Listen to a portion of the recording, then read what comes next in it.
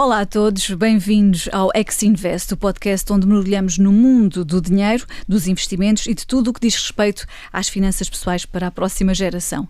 Na realidade global de 2025, investir tornou-se uma tendência generalizada e parte integrante da vida moderna. A inflação não conhece fronteiras e os métodos tradicionais de lidar com o dinheiro já não são suficientes para garantir o nosso futuro. Ainda assim, muitas pessoas pensam que investir é muito arriscado ou limitado apenas a pessoas ricas ou àquelas que têm muito tempo livre e conhecimento também para analisar o que está a acontecer nos mercados financeiros. Hoje vamos desmistificar os mitos relacionados com o investimento com a ajuda dos meus convidados, André Temudo da BlackRock e Eduardo Silva da XTB. Antes de começarmos, precisamos de sublinhar que investir é arriscado e deve ser feito com responsabilidade. Agora sim, vamos começar pelo porquê. Por que devemos preocupar-nos com investimentos? André. Olá, Ana. Olá, Eduardo. Obrigado pelo convite. Eu acho que uma das coisas acabou de dizer a Ana na introdução, porque a inflação não conhece fronteiras e os métodos tradicionais de lidar com o dinheiro já não são suficientes para garantir o nosso futuro. Essa é a primeira razão que eu acho que estava na introdução. O segundo tema, porque é importante investir, eu acho que é um tema de educação, mais que nada. Acho que há que desmistificar que investir é só para ricos, só para alguns, só para quem pode, mas investir tem que ser parte da nossa vida, como gastar é parte da nossa vida. Exato. E como ganhar dinheiro, através dos trabalhos e de outras coisas, faz parte da nossa vida. Portanto, eu acho que é um tema mais de educação, de preparação para um futuro financeiramente mais responsável e, portanto, acho que é muito importante todos nós preocuparmos com o tema dos investimentos. Investir é uma coisa que nós já devíamos saber fazer, que estamos sempre a tempo de aprender. Como é que isto funciona? Bom, a realidade que nós temos observado é que investir acaba por não ser tão popular como na realidade deveria ser. Nós, por exemplo, na XTB realizámos o ano passado aqui um estudo em que verificámos que apenas metade das pessoas inquiridas é que responderam que sim, que investiam realmente nos mercados. E isso significa que há um grande trabalho da nossa parte e de todos para fazer, para preencher aqui um pouco estas lacunas, e é um pouco também a ideia do que nós vamos falar aqui, é explicar o porquê que investir faz sentido, não só para a nossa reforma, porque às vezes pensamos que temos que poupar e investir a pensar na nossa reforma, mas também para o dia-a-dia, para comprar um carro, para reformar uma casa, para pôr os nossos filhos na faculdade. Portanto, é isso que nós vamos tentar fazer aqui ao longo deste episódio. Mas mesmo assim, disse-me há pouco, no início da sua resposta, que 50% das pessoas investe? Sim, 50%. Olha, que eu acho que, tendo em consideração a literacia financeira do nosso país, se calhar 50% não é assim tão mal quanto isso. Sim, mas quando estamos aqui a falar também de investimento, não significa que seja necessariamente em ações ou ETFs, poderá ser também noutros produtos, mesmo que podemos considerar de certa forma de poupança, portanto entrar ali um bocado também nesse campo. Mas 50% ainda significa que temos uma grande margem de população, e isto é só uma sondagem que fizemos a 1000 pessoas do nosso universo, pessoas que já têm alguma literacia financeira, portanto acaba por sair também um bocado enviosado nesse sentido. Okay. É um bocado assim percebo melhor esses 50%, assim já percebo. Qual é então a melhor maneira de começar, André, e quanto dinheiro é que é necessário? É necessário uma mala cheia de dinheiro para começar a investir? Ana, não é preciso nenhuma mala cheia de dinheiro. Eu acho que a melhor maneira de começar a pensar nos investimentos é tentar fazer um orçamento, tentar perceber quanto é que eu ganho, quanto é que eu gasto para manter o nível de vida que eu quero, tentar antecipar quais vão ser os meus gastos futuros. Imaginemos que eu tenho um filho que vai para a universidade, que vai começar a comprar livros, gastos básicos, mudar de roupa, mudar de casa, uma casa maior, uma casa mais pequena, tudo isso influi ou influencia o dinheiro disponível que eu tenho para investir. Esse é o primeiro princípio. Portanto, eu acho que cada um tem que fazer o seu reconhecimento de quanto é que tem disponível para investir por mês. Numa vertente mais avançada, eu diria que primeiro tenho que pensar em investir e depois em gastar o que sobra depois de ter investido. Portanto, normalmente a conta que se faz é ao contrário, é o que sobra e investe em alguma coisa. Não. Nós achamos que investir tem que fazer parte do orçamento familiar e o que sobra realmente adaptar o consumo àquilo que eu tenho disponível. Mas eu acho que o investimento, para começar a investir, é uma regra básica de matemática de saber quanto entra, quanto vai ter que ser obrigatoriamente e qual vai ser a diferença que eu posso investir. André, portanto, o que me estava a dizer é que devemos integrar no orçamento familiar, digamos assim, o investimento como se nos estivéssemos a pagar a nós próprios. Certamente. É por aí. E deixar que o dinheiro e esse investimento trabalhe por nós. Iremos falar ao longo destes episódios sobre o efeito que o tempo tem nos investimentos, e o tempo joga a nosso favor quando investimos, o longo prazo joga a nosso favor quando investimos. Isto quer dizer que quanto antes começarmos, melhor. Não é preciso ter uma mala cheia de dinheiro para investir. É verdade que essa percepção existia, porque antigamente era um bocado assim. Hoje em dia não há desculpa para ninguém deixar de investir por causa de dinheiro. Com 5 euros por mês conseguimos investir. E para quem nos está a ouvir, isso é um valor mesmo verídico, não é um valor, estou a tirar sempre ar, mas depois há sempre aquelas letras pequeninas que cá em baixo e os 5 passam a 20 e passam a 25, não é isso? Não é isso, e o Eduardo está aqui que não me deixa mentir, através da XTB, por exemplo, e o Eduardo pode falar muito melhor da plataforma do que eu, mas os mínimos hoje em dia, que até não se compara, e são mínimos literalmente 5 euros. Corrobora, Eduardo? Sim, eu acho que a forma como devemos ver isto é pensarmos onde é que nós estamos e onde é que nós queremos chegar daqui a 5, 10 anos e depois fazer as contas, porque investir realmente hoje em dia já não se coloca aqui nenhum entrave. Nós podemos descarregar uma aplicação e abrir uma conta numa corretora em 10 minutos e fazer um depósito de 5, 10 euros e começar realmente a investir. Essa já nem é a parte mais importante. A parte mais importante é considerar realmente o custo de não investir. Portanto, quando nós às vezes pensamos se deixarmos o dinheiro parado ou numa poupança com uma taxa bastante baixa, comparativamente à inflação, estamos na realidade a perder dinheiro. Portanto, esta dicotomia de escolhemos segurança, sabemos que estamos a perder dinheiro, versus aceitamos um pouco de risco controlado através de diversificação, através do fator temporal, e vamos tentar ter um retorno maior. Portanto, o maior entrave já nem é começar, já não é para ricos, é mesmo uma questão de mindset que temos que ultrapassar.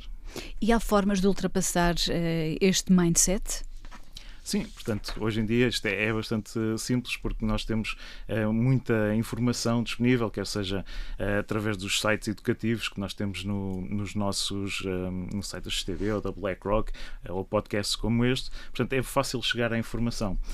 Qualquer pessoa consegue rapidamente entender alguns conceitos que no passado, se calhar, as pessoas não estavam tão interessadas, e principalmente quando olhamos para os últimos 2, 3 anos, nós tivemos um pico de inflação. Portanto, as pessoas de repente sabem todas o que é inflação, porque todos sabemos que quando nós vamos comprar alguma coisa está tudo mais caro. Então acaba por ser bastante simples as pessoas procurarem esta informação e nós, de certa forma, ajudarmos as pessoas a entender o porquê da importância de investir.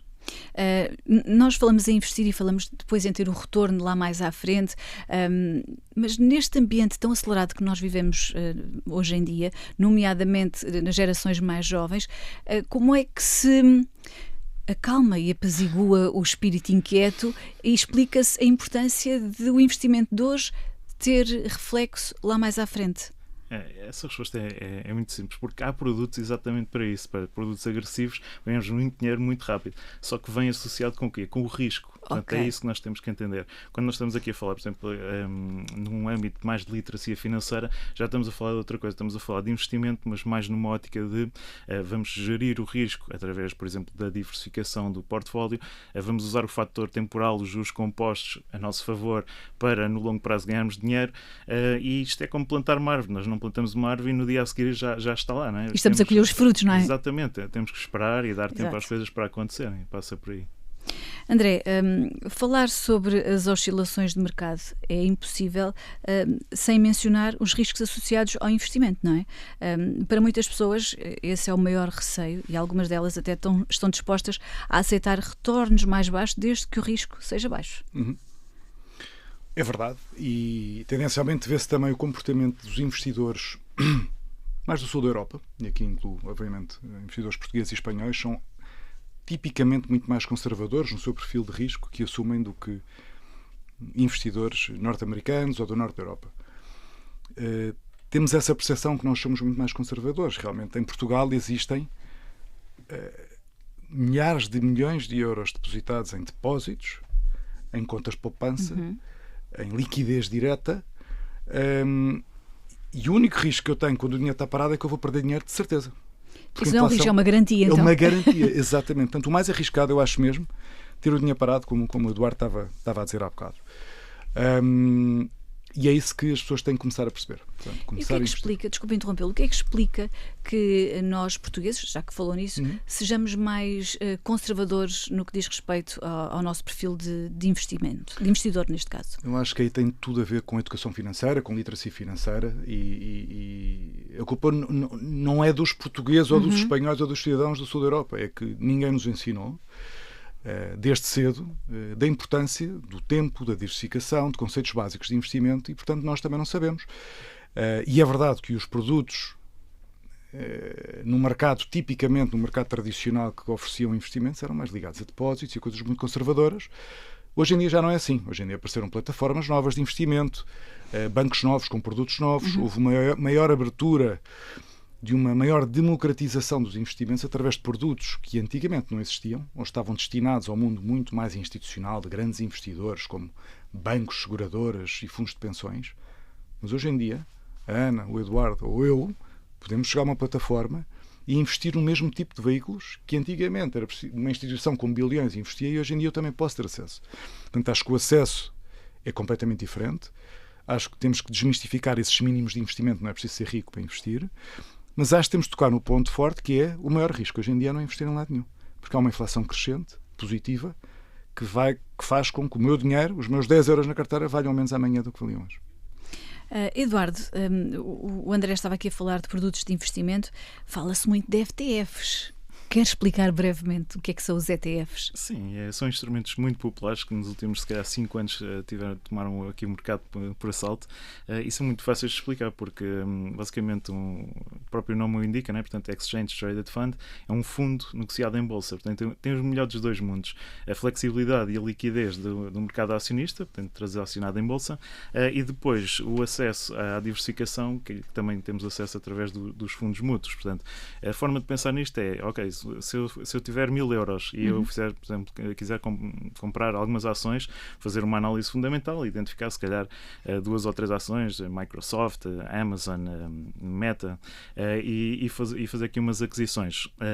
Rapidamente o dinheiro vai esgotar e fiquei com 2 ou 3 ações no meu portfólio, não está diversificado, estou completamente exposto no mercado àquelas empresas que eu considerei boas. Se eu acertar, perfeito, vou ganhar muito dinheiro, mas se não acertar, acabei por perder uma oportunidade, né, de alocar o dinheiro a outros ativos. E o ETF permite-nos exatamente isso. Permite-nos ter acesso, por exemplo, a um cabaz de ações, ter exposição ao mercado acionista através de um índice, por exemplo, que replica o SP500, a ter acesso às 500 maiores empresas norte-americanas. Um cabaz em que conseguimos ter acesso a uma pequena parte dessas empresas. E isso é o que faz toda a diferença e é o que torna tão popular. Um instrumento que é barato, rápido, acessível e permite-nos, através da diversificação, controlar o risco nos nossos investimentos. Eu, se puder, Ana, a todas estas características que o Eduardo acabou de mencionar, também dizia transparência. Ou seja, eu sei a qualquer minuto, segundo, momento, o peso que existe nessas 500 empresas dentro desse ETF que o Eduardo estava a dar o exemplo. Coisa que não é comparável com outros produtos, que eu às vezes compro um produto e invisto num produto, pode ser um fundo de investimento, outro tipo de coisas, que eu às vezes não sei o que é que está lá dentro. Ou só sei daqui a um mês o que é que foi disposto e o que é que eu estou. Aqui não. Vou ao site, à página da internet, e sei exatamente que este ETF do S&P 500, que é o maior índice de bolsa mais representativo dos Estados Unidos, sei qual é a percentagem que tenho da Apple, da Microsoft e de todas as empresas que compõem esse índice. E, portanto, eu acho que é uma vantagem as pessoas saberem onde investem, e todas as características que acabaste de comentar, Eduardo, eu acho que fazem todo o sentido, e é um bocado a razão pela qual os ETFs é um motor de crescimento enorme no mundo dos investimentos. E já falamos disso. Há outro motor de crescimento grande que possa falar aqui um bocadinho, André? Além dos ETFs? Em termos de investimentos, o ETF claramente que é dos veículos, se não o veículo que mais cresce, sem dúvida alguma. Ok. Estamos a falar de crescimentos anuais à volta de 15%, de crescimento do volume total de ETFs que existe no mundo, atualmente existe no mundo Para pôr aqui um número à volta de 17 trilhões de dólares, na nomenclatura americana, na europeia 17 bilhões de dólares, e cresce 15% por ano. Se compararmos com outros veículos ou estruturas de investimento como fundos tradicionais, crescem à volta de 5%, 4%, 5%. Portanto, os ETFs têm uma dinâmica completamente diferente. Isso é uma boa aposta, portanto. E são, por acaso é uma boa pergunta, porque como há tantos ETFs, e nós os três estamos aqui sentados, temos perfis de risco completamente diferentes. O Eduardo se calhar quer uma casa de férias daqui a 5 anos, a Ana se calhar quer outra coisa qualquer e eu quero um carro amanhã, mas cada um pode adequar os seus investimentos, porque há tantos ETFs, há tanta escolha, a biblioteca de escolha é tão grande e ampla que me permite exatamente adequar o meu investimento ou a minha ambição com o investimento que mais se adequa ao prazo de onde eu quero gastar o dinheiro. Eu acho que isso também é uma vantagem, é uma oferta imensa. André, Eduardo, nós também temos aqui imensos temas para continuar a conversar sobre esta questão do investimento e sobre os mitos que ainda existem à volta do investimento, mas vamos deixar esses temas para outro episódio. Para já, muito obrigada aos dois por terem vindo. Ficamos agora e hoje por aqui. Confira outros episódios no site do Observador e também nas plataformas de podcast. Assim, muito obrigada por estar desse lado e não se esqueça de partilhar este podcast com aquela pessoa que acha que vai beneficiar de investir.